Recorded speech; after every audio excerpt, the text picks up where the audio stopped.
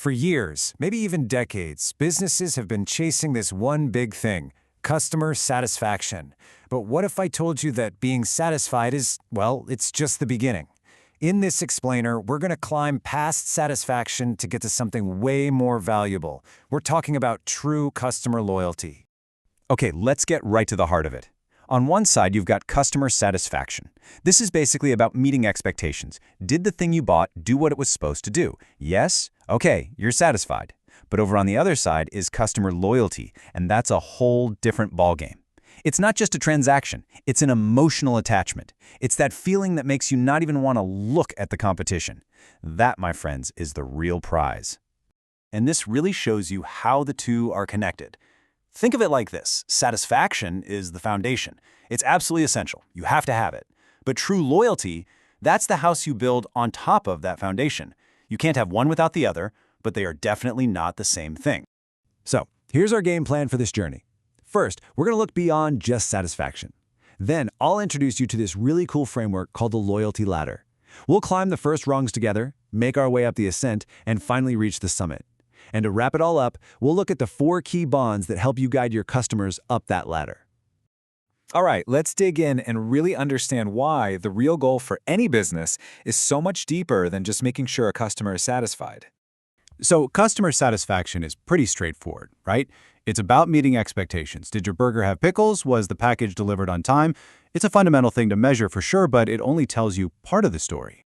Now, this is where it gets interesting. Customer loyalty. It grows out of satisfaction. It's that emotional connection. Think about your favorite coffee shop. Sure, you might be satisfied with the coffee from a dozen other places, but you're loyal to that one spot. You'll go out of your way to go there. You know the barista's name. That's loyalty.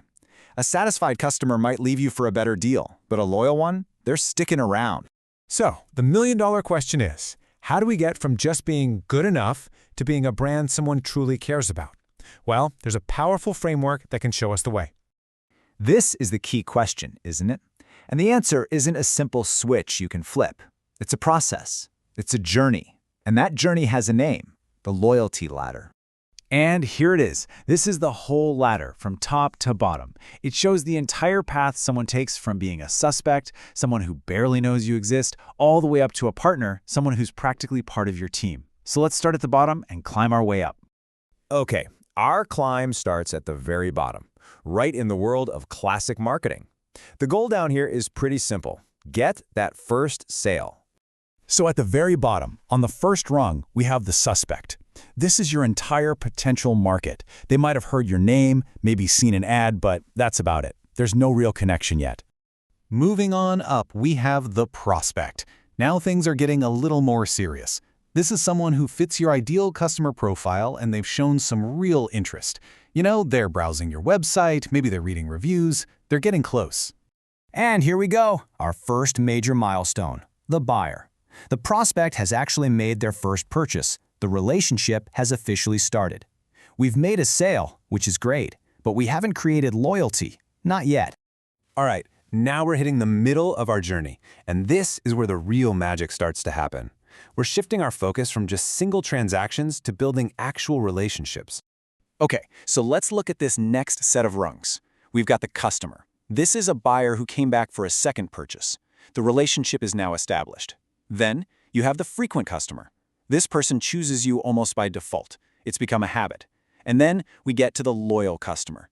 This is where that powerful emotional bond we keep talking about really kicks in. This person isn't just a repeat buyer, they're a genuine fan.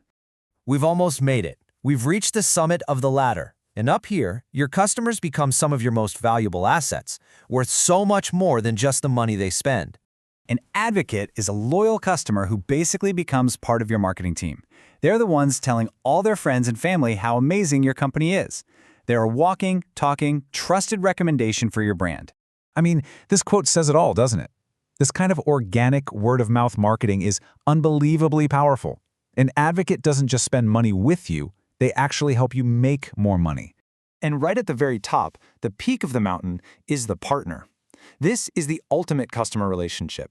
This is a customer who is so invested in your company that they're actively helping you succeed, giving you feedback, helping you test new products. It's a true collaboration. So, we've seen all the rungs of the ladder. But how do we actually help our customers climb it? Well, that's what we're going to talk about right now. Okay, so here we have 4 levels of what we call bonding strategies. Level 1 is financial. Think airline miles, reward points, stuff like that. They work, but they're pretty easy for a competitor to copy. Level 2 is social bonds. This is your favorite barista who knows your order by heart. It's personal. Level 3 is customization. Think about how Netflix just knows what you want to watch next. And finally, level 4 is structural bonds. This is when your systems are deeply connected, like when your business software syncs perfectly with your bank. And here's the key takeaway. The higher you go up this bonding ladder, the stronger the connection. Financial bonds are pretty easy to break, but when you create those deep structural bonds, well, you become an essential part of your customer's life or workflow. And that is a very, very hard bond for any competitor to break. So let's put it all together. Customer satisfaction? That's just the starting line. The loyalty ladder gives you the path to follow. And relationship bonding? That's the tool, the fuel that helps you and your customers reach the top. You know, every single one of your customers is on this ladder somewhere. The real question is, are you just hoping they climb on their own, or are you actively giving them a hand and helping them reach the top?